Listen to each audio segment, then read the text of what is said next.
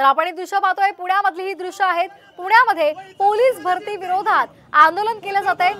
गेल्या अनेक दिवसांपासून हे उमेदवार आंदोलन करतायत। रस्त्यावर त्यांनी ठिय्या मांडलेला आहे आणि सरकार विरोधात जोरदार घोषणाबाजी केली जाते।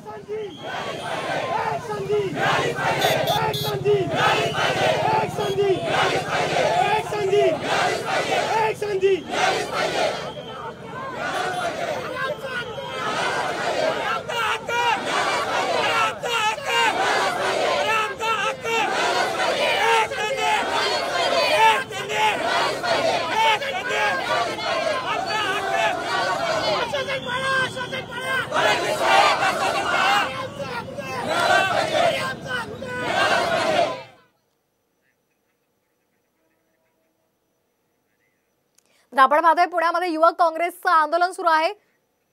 पोलीस भरती विरोधात ते आक्रमक झालेले आहेत। पोलीस भरतीमध्ये वयोमर्यादा वाढवून द्यावी अशी मागणी या सर्व उमेदवारांनी केलेली आहे। युवक काँग्रेसच्या वतीने हे आंदोलन केले जाते। पोलीस आपण पाहतोय साम टीव्हीच्या माध्यमातून। या ठिकाणी विद्यार्थी जे आहेत ते आंदोलन करतायत। पुणे जिल्हाधिकारी कार्यालयासमोरच्या असणाऱ्या चौकामध्ये हे सगळं आंदोलन सुरू आहे। या ठिकाणी मुले आहेत, अनेक मुलं आहेत। काय नेमक्या तुमच्या मागण्या आहेत आणि तुम्ही या ठिकाणी आंदोलन? माननीय देवेंद्र फडणवीस साहेबांनी 2023 रोजी 5 ऑगस्ट 2023 ला विधानसभेमध्ये घोषणा केली होती पोलीस भरती निघणार आहे म्हणून। 3 मार्च 2023 रोजी सामान्य प्रशासनाचा GR निघाला। त्या GR नुसार 29 विभागांना वयवाढ देण्यात आली।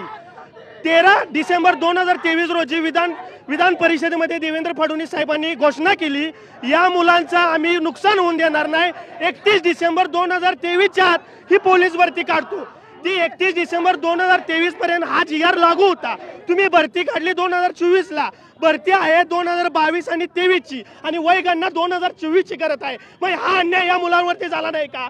तुम्ही जिल्हा परिषद असो, अदर तलाठी असो किंवा कृषी विभाग असो, या विभागात तुम्ही 2 वर्ष वयवाढ दिली, पण गृह विभागात काय दिली नाही। काल तुम्ही बाईट दिली की मुलांच्या बाबतीत की मुलांचं वयवाढ वाढेल म्हणून तुम्ही भरती आधी घेताय, पण फॉर्म भरताना ज्या वेळेला वय धरलं जातं तीच वय तुम्हाला पुढे धरलं जातं।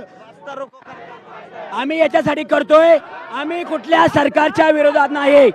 आम्हाला सरकारचा विरोध नाही, आम्हाला कुठल्या पक्षाचा विरोध नाही।